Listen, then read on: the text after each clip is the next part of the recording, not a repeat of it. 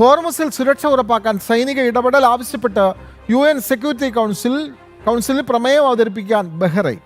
Arab രാജ്യങ്ങളുടെയും US-ന്റെയും പിന്തുണയോടെയാണ് ഈ പ്രമേയം. ഹോർമുസിലെ ഇറാന്റെ നിലപാട് അന്താരാഷ്ട്ര നിയമങ്ങളുടെ ലംഘനമാണെന്നും ഡ്രാഫ്റ്റ് പ്രമേയത്തിൽ ബഹ്റൈൻ പറയുന്നു. ലോകത്തിലെ എണ്ണ വിപണിയുടെ 20% നടക്കുന്ന നിർണായക ഇടനാഴിയാണ് ഹോർമുസ്. ഹോർമുസിൽ ഇറാൻ തുടർച്ചയായി പ്രതിബന്ധങ്ങൾ സൃഷ്ടിക്കുകയുമാണ്. ഈ സാഹചര്യത്തിലാണ് UN സെക്യൂരിറ്റി കൗൺസിലിൽ പ്രമേയം അവതരിപ്പിക്കാൻ ബഹ്റൈൻ നീക്കം നടത്തുന്നത്. അറബ് രാജ്യങ്ങളുടെ ഉൾപ്പെടെ പിന്തുണയോടെയാണ് നീക്കം. സുരക്ഷ ഉറപ്പാക്കാൻ എല്ലാ തരത്തിലുള്ള സൈനിക ഇടപെടലും ആവശ്യപ്പെട്ടാണ് കരട് പ്രമേയം തയ്യാറാക്കിയിരിക്കുന്നത്. ഹോർമുസിൽ അതിക്രമങ്ങൾ തുടർന്നാൽ ഉപരോധം ഏർപ്പെടുത്തുന്നതുൾപ്പെടെയുള്ള നടപടികൾ സ്വീകരിക്കണമെന്നും ബഹ്റൈൻ മുന്നോട്ട് വയ്ക്കുന്ന പ്രമേയത്തിൽ പറയുന്നു. നേരത്തെ ജോർദാനെയും ഗൾഫ് രാജ്യങ്ങളെയും ഇറാൻ ലക്ഷ്യമിടുന്നതിനെതിരെ UN സെക്യൂരിറ്റി കൗൺസിലിൽ ബഹ്റൈൻ പ്രമേയം അവതരിപ്പിച്ചിരുന്നു. 135 രാജ്യങ്ങളുടെ പിന്തുണയോടെ അവതരിപ്പിച്ച പ്രമേയം അന്ന് അംഗീകരിക്കപ്പെടുകയും ചെയ്തു. ഇന്റർനാഷണൽ ഡെസ്ക്, ജനം.